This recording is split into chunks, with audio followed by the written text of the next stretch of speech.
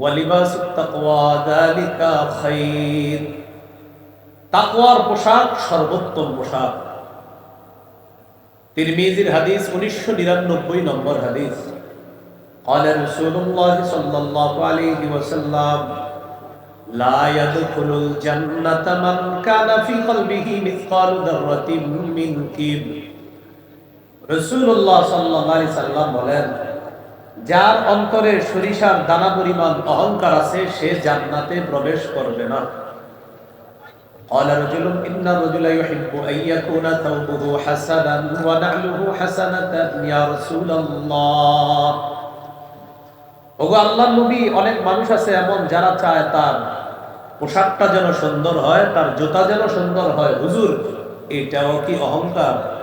নবীজি বললেন, না, এটা অহংকার না। জামা সুন্দর হওয়া, জুতা সুন্দর হওয়া এটা অহংকার না। ইন্নাল্লাহা জামিলুন ইউহিব্বুল জামাল। আল্লাহ সুন্দর, সৌন্দর্যতাকে আল্লাহ ভালোবাসেন। হাদিসের শেষে নবী বলেন, আল কিবিরু বাতরুল হাক্কি ওয়া গামতুন নাস। অহংকার হলো সত্যকে অস্বীকার করা আর মানুষকে ছোট করে দেখা, এটা হলো অহংকার। এই হাদিস থেকেও বোঝা যায় পরিপাটি হয়ে থাকা এটা ইসলামে গুরুত্ব আছে। এখন আমরা জানব পোশাক মৌলিকভাবে 3 প্রকার। একটু বলেন। ওয়াজিব, মুস্তাহাব, হারাম। ওয়াজিব, মুস্তাহাব, হারাম। ওয়াজিব পোশাক হলো সতর ঢেকে রাখা যায় এতটুকু পোশাক ওয়াজিব। সতর ঢাকা যায় এতটুকু পোশাক আবশ্যক, লাগবেই। আবু দাউদের হাদিস 4017 নম্বর হাদিস। বাহস ইবনে হাকিম তার বাবা থেকে, তার বাবা তার দাদা থেকে হাদিসটা বর্ণনা করছে। তো তিনি বলেন, তিনি রাসূলুল্লাহ সাল্লাল্লাহু আলাইহি সাল্লামের কাছে জিজ্ঞাসা করলেন, আওরাতুনা মা নাতি মিনহা ওয়া মা নাযারু ইয়া রাসূলুল্লাহ। হুজুর, আমরা সতর কতটুকু খোলা রাখবো আর কতটুকু ঢেকে রাখতে হবে আপনার কাছে জানতে চাই। নবীজি বললেন, ইহফাজ আওরাতাকা ইল্লা মিন যাওজাতিক। তোমার স্ত্রী ছাড়া সবার সামনে তোমার লজ্জাস্থান ঢেকে রাখতে হবে। সাহাবী প্রশ্ন করলেন, ইযা কানাল কওমু বা'দুহুম আলা বা'দিন। হুজুর, যদি অনেকে একসাথে থাকে তাহলে কিভাবে সতর ঢাকতে হবে? মেসের মধ্যে 3-4 যুবক একসাথে মেসে থাকে ভাড়া, হোস্টেলে 3-4 মেয়ে একসাথে থাকে ভাড়া, এই মেয়েরা সতর কিভাবে ঢাকবে? নবীজি বললেন, ইনস্তাতা আল্লাহ ইয়ারায়ান্নাহা আহাদুন ফালা ইয়ারায়ান্নাহা। একসাথে পুরুষরা থাকলেও আরেক পুরুষের সতরের দিকে তাকাবে না, মেয়েরা একসাথে থাকলে আরেক মেয়ের সতরের দিকে তাকাবে না। সাহাবী প্রশ্ন করলেন, ইদা কানা রাজুলু খালিয়ান ইয়া রাসূলুল্লাহ। হুজুর, কেউ যদি ঘরে একা থাকে তাহলে কি সতর ঢাকতে হবে? ঘরে একা আছেন, দরজা জানালা বন্ধ, তখন নবীজি বললেন, আল্লাহু আহাক্কু আইয়ুস্তাহিয়া মিনহু মিনান নাস। তখন ঘরে কেউ না থাকলেও আল্লাহ আছে, মানুষের চেয়ে আল্লাহকে বেশি লজ্জা পাওয়া দরকার, বেশি সতর্ক তখন ঢাকবা। কারণ তুমি আল্লাহকে মানুষের চেয়ে বেশি লজ্জা পাও। তাহলে একা একা ঘরে থাকলেও সতরের গুরুত্ব আরো বেশি দিতে হবে, কারণ আল্লাহ এখানে, অন্য কেউ নাই, আল্লাহ আছেন, তো আল্লাহকে বেশি লজ্জা পেতে হবে। এটা ওয়াজিব। 2 নাম্বার মুস্তাহাব। মুস্তাহাব মানে একটু উত্তম পোশাক পরা, এটা মুস্তাহাব। আবু দাউদের 4063 নম্বর হাদিস। এই হাদিসের বর্ণনাকারী আবুল আহওয়াস তার বাবা থেকে বর্ণনা করেছেন। তিনি বলেন, আতাইতু রাসূলুল্লাহি সাল্লাল্লাহু আলাইহি ওয়াসাল্লাম ফি সাওবিন দুনিন। আমি আল্লাহর নবীর কাছে নিম্নমানের পোশাকে আসলাম, নরমাল পোশাক পরে নবীজির কাছে আসলাম। নবীজি আমাকে বললেন, আলাকা মালুন, এই তোমার সম্পদ আছে? সাহাবী বললেন, জি হুজুর আছে। নবীজি বললেন, মিন আইয়িল মাল, কোন ধরনের সম্পদ আছে? সাহাবী বললেন, কদ আতানি আল্লাহু মিনাল ইবিলি ওয়াল গানামি ওয়াল খাইলি ওয়াল বাতিন।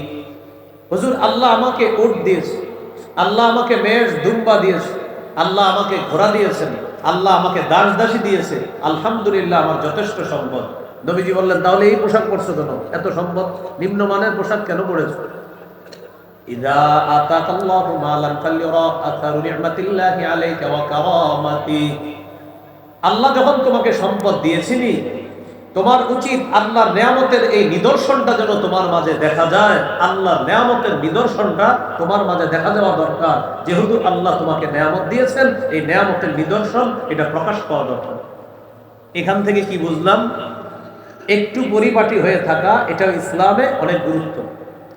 আবু দাউদের হাদিস 4062 নম্বর হাদিস, জাবের রাদিয়াল্লাহু তাআলা আনহুর বর্ণনা, তিনি বলেন, আতানা রাসূলুল্লাহ সাল্লাল্লাহু আলাইহি ওয়াসাল্লাম ফারাআ রাজুলান ক্বাদ তাফাররাকা শা'রুহু।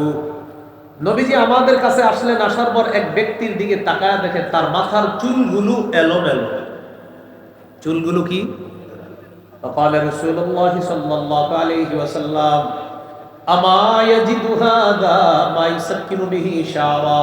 আচ্ছা, সে কি কোনো চিরুনি পায় না তার চুলগুলো আঁচড়ানোর জন্য? নবীজি দেখলেন এক ব্যক্তির মাথার চুল এলোমেলো, তো বললেন সে কি কোনো চিরুনি পায় না মাথার চুলগুলো আঁচড়ানোর জন্য? ওয়ারাআ রাজুলান আলাইহি থিয়াবুন ওয়াসিখা। আরেক ব্যক্তিকে দেখলেন তার শরীরের মধ্যে ময়লা কাপড়। নবীজি বললেন, আমায়া জিদু হাযা মাআন ইয়াগসিলু বিহি সাওবা। আচ্ছা, সে কি কোনো পানি পায় না তার কাপড় ধোয়ার জন্য? একজনের চুল দেখলেন এলোমেলো, তো বললেন চিরুনি নাই, মাথা আঁচড়ানো।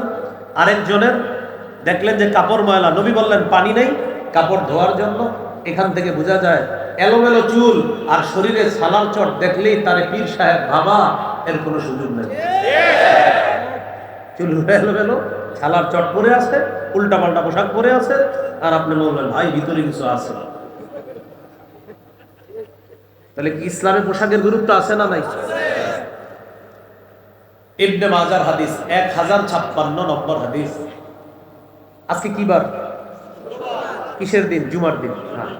আম্মা জান আয়েশা সিদ্দিকা রাদিয়াল্লাহু তাআলা আনহা বলেন, আন্না নবী সাল্লাল্লাহু আলাইহি ওয়াসাল্লাম খাতাবান নাস ইয়াউমাল জুমআ। নবীজি জুমার দিন খুতবা দিতেছে।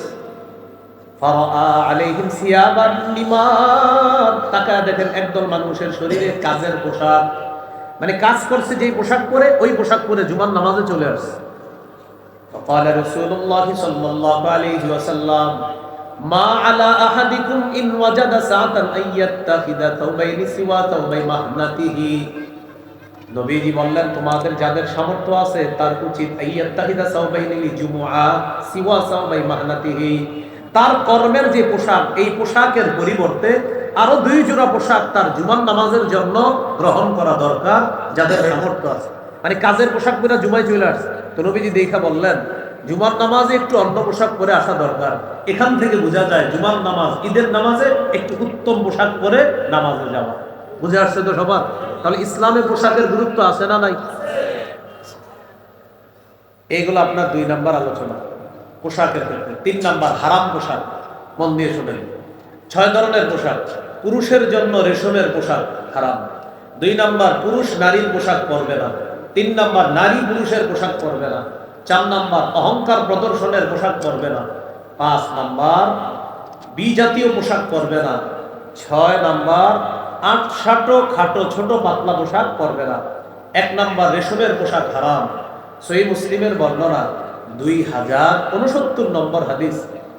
রাসূলুল্লাহ সাল্লাল্লাহু আলাইহি সাল্লাম বলেন, লা তালবাসুল হারিরা ফাইন্নাহু মান লাবিসাহু ফিদ দুনিয়া লাম ইয়ালবাসহু ফিল আখিরাহ।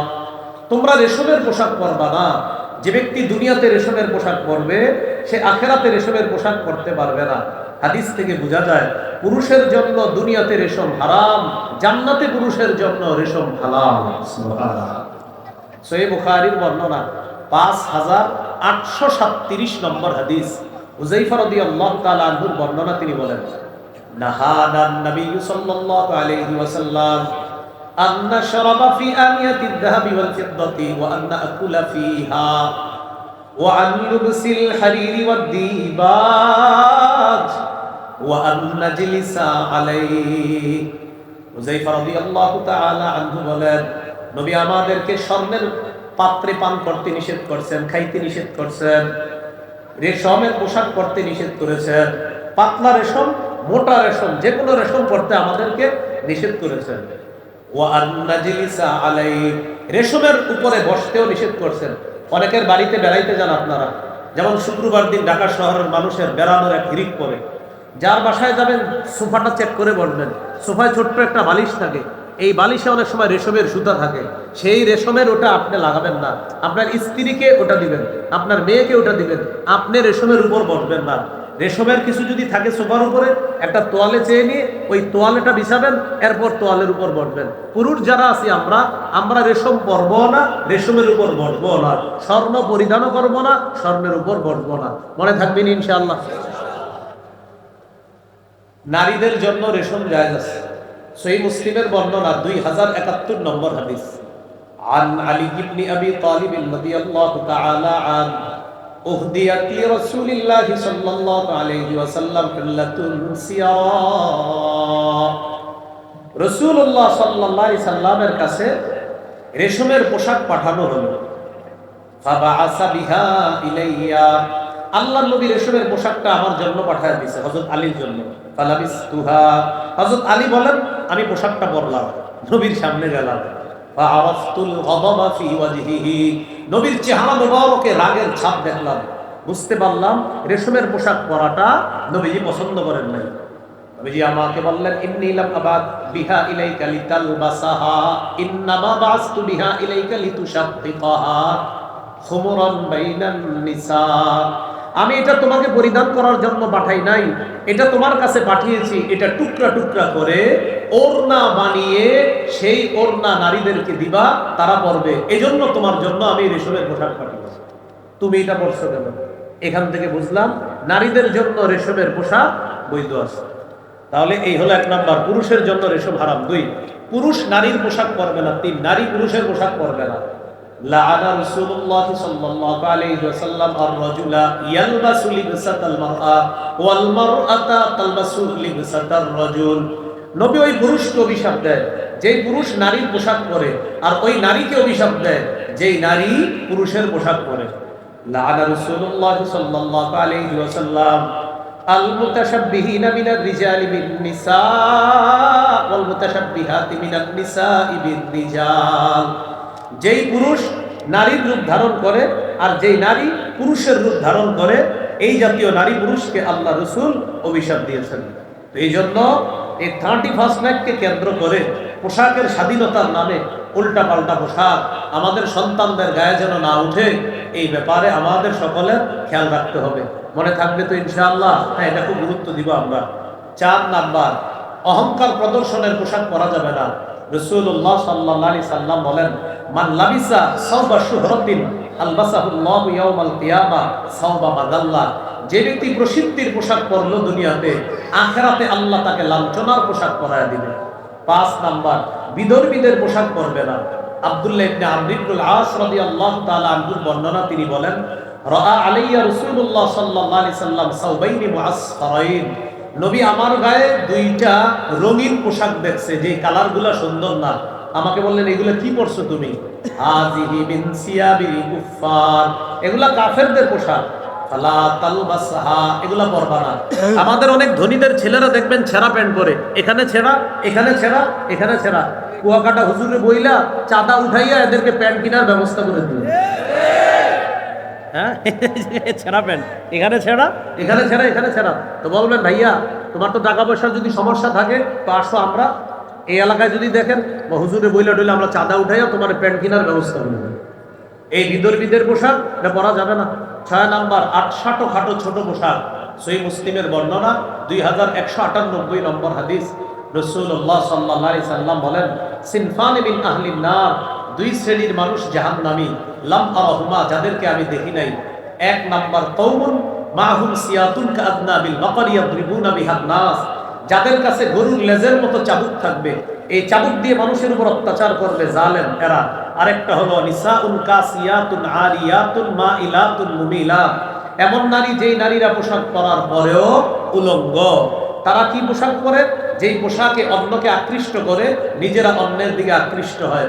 রুউসুহুন্না কাসনিমাতিল মুখতিল মাইলা, তাদের মাথার চুলগুলা হেলে পড়া উটের কুজের মতো।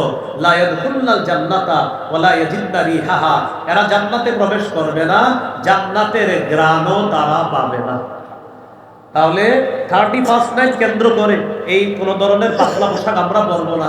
একটু মন দিয়ে শোনেন। 1 নাম্বার, বিজাতীয় কালচার গ্রহণ করবো না। 2 নাম্বার, খাটো পোশাক পরবো না। 3 নাম্বার, টেটু আঁকবো না, শরীরে উল্কি আঁকবো না।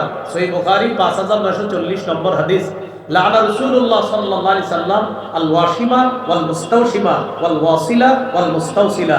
যে উল্কি আঁকে আর যেই নারী উল্কি এঁকে দেয়, যে নারী তার চুলে অন্যের চুল লাগায় অথবা যেই নারী চুল লাগায় দেয়, উভয়ের উপর আল্লাহ নবীর অভিশাপ। 4 নাম্বার, আতশবাজি ফুটাবো না। সূরা আহজাবের 58 নম্বর আয়াত।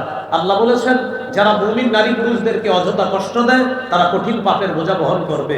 5 নাম্বার, গান বাদ্য বাজাবো না। সূরা লোকমানের 6 নম্বর আয়াত আছে, যারা এগুলা করবে তাদের জন্য লাঞ্ছনাকর শাস্তি।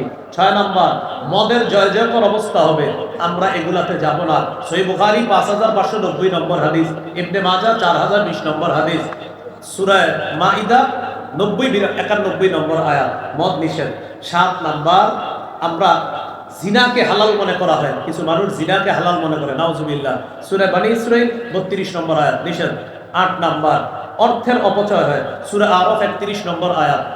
9 নাম্বার, সময়ের অপচয় হয়, এটাও করব না। 5টা জিনিস কি মূল্যায়ন করতে হবে জীবনে: জীবন, যৌবন, স্বাস্থ্য, সময়, সচ্ছলতা, নবীজি বলে দিয়েছেন। 10 নাম্বার, বিজাতীয় কোনো স্লোগান আমাদের মুখে আনবো না। কি স্লোগান? বিজাতীয় স্লোগান। এটা হ্যাপি নিউ ইয়ারকে কেন্দ্র করে আনবো না, পহেলা বৈশাখ নববর্ষকে কেন্দ্র করে আনবো না। রমনার ভোট বলে মুসলমান বাচ্চারা গিয়ে দাঁড়াবে আর তাদের মুখের মধ্যে এগুলা বলা যে মুছে যাক গ্লানি, আপনার মুছে যাক গ্লানি, মুছে যাক ঝরা, অগ্নি স্নানে সূচি হোক।